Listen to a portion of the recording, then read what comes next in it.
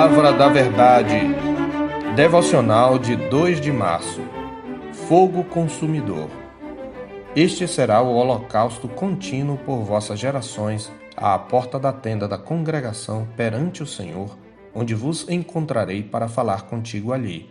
Ali virei aos filhos de Israel para que por minha glória sejam santificados e consagrarei a tenda da congregação e o altar. Também santificarei Arão e seus filhos para que me oficiem como sacerdotes. E habitarei no meio dos filhos de Israel e serei o seu Deus. E saberão que eu sou o Senhor, seu Deus, que os tirou da terra do Egito para habitar no meio deles. Eu sou o Senhor, seu Deus. Êxodo 29, 38 a 46. O fogo contínuo, exalando o sacrifício de um cordeiro pela manhã e outro à tarde, era uma condição estabelecida por Deus para a manifestação da sua presença graciosa e santificadora no meio do seu povo. Perante aquele fogo, o Senhor Deus manifestaria sua glória a Israel, santificando-os. Qual era o significado do fogo contínuo? Por que ele deveria estar sempre aceso? Havia pelo menos 3 verdades que Deus queria ensinar aos filhos de Israel que servem para nós hoje no que diz respeito ao relacionamento com Deus. Aquele fogo simbolizava primeiramente o acesso contínuo à presença de Deus.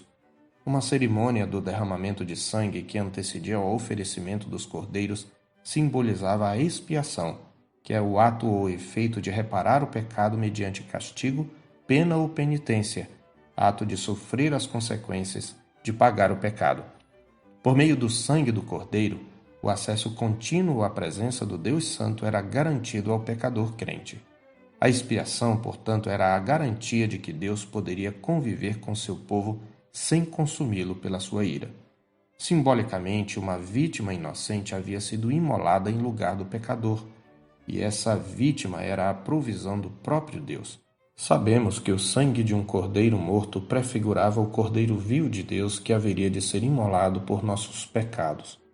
A Escritura diz que pelo precioso sangue, como de cordeiro sem defeito e sem mácula, o sangue de Cristo, conhecido com efeito antes da fundação do mundo e manifestado nos fins dos tempos por amor de nós, fomos resgatados do nosso fútil procedimento que atraía a ira de Deus, conforme 1 de Pedro 1, 18 e 19. É isto que nos garante o acesso contínuo à sua presença. Mas, em segundo lugar, o fogo também indicava a celebração contínua da presença de Deus. Isto se dava por meio da adoração.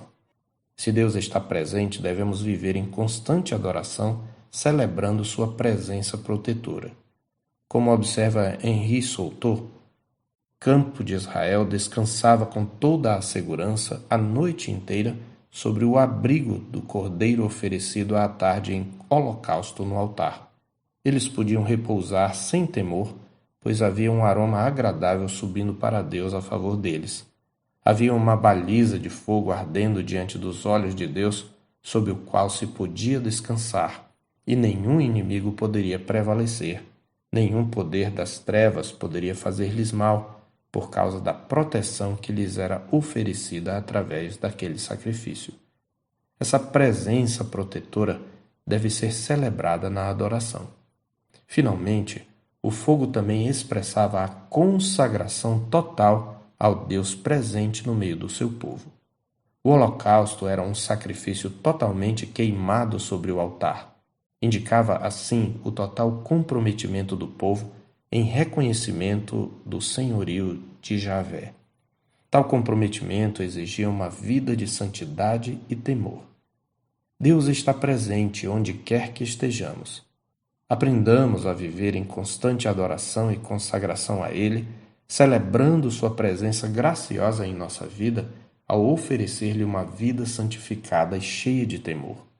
Não pensemos que na nova aliança esse temor seja dispensado daqueles que se aproximam de Deus. Em Hebreus 12, 28 e 29, na mesma epístola em que enfatiza a superioridade da nova aliança em Cristo e nos encoraja a entrarmos com intrepidez no Santo dos Santos de Deus, somos também exortados. Por isso, recebendo nós um reino inabalável, retenhamos a graça pela qual servamos a Deus de modo agradável, com reverência e santo temor, porque o nosso Deus é fogo consumidor. Eu sou o pastor Marcos Augusto, pastor da Terceira Igreja Presbiteriana de Boa Vista, em Roraima. Tenha um bom dia na paz do Senhor Jesus.